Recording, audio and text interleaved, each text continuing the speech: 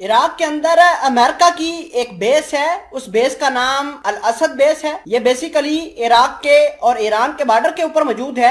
यहाँ पर बहुत सारे ईरान के मिलिशियाज काम करते हैं। तो इतलात ये हैं कि ईरान के मिलिशियाज ने 5 मिसाइलों से अमेरिका की इस बेस को हिट किया है और अमेरिका की जो डिफेंस सिस्टम था जिसका नाम पैट्रियट मिसाइल सिस्टम है, वो इन मिसाइलों को डिटेक्ट करने या इंटरसेप्ट करके न्यूट्रलाइज करने में नाकाम रहा है। और इतलात ये है कि जो मिलिशिया से जो काम करते थे ईरान के बिहाफ पर, उन्होंने कहा है कि हमने अपने टारगेट अचीव कर लिए। फिलहाल के लिए अमेरिका के ऊपर इजराइल बहुत सारे प्रेशर बना रहे हैं कि कम से कम ईरान के साथ जोहरी डील साइन न करो। आपको यह भी बता दें कि 2 रोज कबल अमेरिका के सेक्रेटरी स्टेट एंटोनी ब्लिंकन तल अवीव के अंदर गए थे। इजराइल के वजीर आजम नेतन्याहू से बातचीत करी थी और उनको यकीन दहानी कराई थी कि वो जितनी जल्दी हो सके ईरान के मामले को सेटल आउट करेंगे। लेकिन ईरान के मिलिशियाज ने फिर आज टारगेट किया है अमेरिका की बेस को और यह बता दिया है कि ईरान अपनी मर्जी की डिमांड रखेगा अमेरिका के सामने और उसको लाकर भी खड़ा करेगा। तमाम तर हकीकतें आपके सामने रखेंगे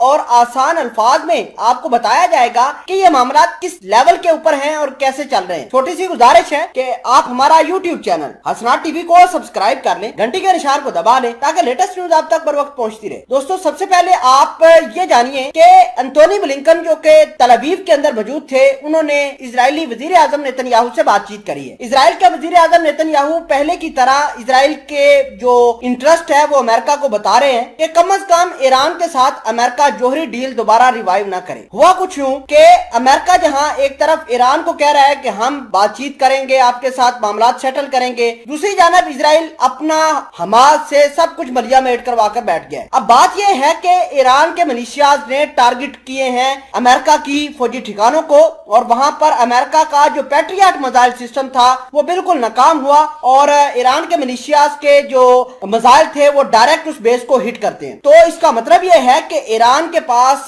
जो ताकत है वो अमेरिका की बेस से भी ज्यादा है, अमेरिका के डिफेंस सिस्टम से ज्यादा है। और हमास को जो ईरान ने दिए थे मिसाइल, उन्होंने भी आयरन डोम को तबाह कर दिया था। इसका मतलब यह है कि हमास के पास जो ईरानी वेपन्स हैं वो इतने ताकतवर हैं कि वो इजराइल के आयरन डोम को भी तबाह कर सकते हैं। आपको यह भी बता दें कि ये तमाम तर कहानियां और ताने बाने इस बात को बताते हैं कि इजराइल भी बुखलाया हुआ है और अमेरिका तो पहले ही ईरान से मार खा चुका है। उसकी वजह यह है कि जवाद जरीफ ने यह कहा है कि अमेरिका पहले भी ट्रंप के जमाने में ईरान से कुछ हासिल नहीं कर पाया और जो मौजूदा गवर्नमेंट है बाइडेन की, ये भी ईरान के खिलाफ कोई खातर खा काम नहीं कर पाएगी। जो ईरान की मर्जी होगी वो ईरान करेगा। और वाकई ही बात ठीक है, पूरी दुनिया के ऊपर जो ईरान ने अपना रोब और दबदबा बिठाया है वो ईरानी अपनी मिसाल आप है। पूरी दुनिया ने हमास को टेररिस्ट ऑर्गेनाइजेशन डिक्लेयर की हुई है, लेकिन फिर भी ईरान के वेपन्स हमास के पास जाते रहे। ये किस तरह इजराइल और फलस्तीन की जंग के अंदर हमास ने एंट्री करके इजराइल को दहला दिया। आपको ये बात माननी होगी कि ईरान के पीछे आजकल रशिया और चाइना खड़ा है और जब तक ये दोनों मुमालिक ईरान को बैक करते रहेंगे तो अमेरिका ईरान के खिलाफ कुछ नहीं कर पाएगा। हम मानकर चलते हैं कि कल को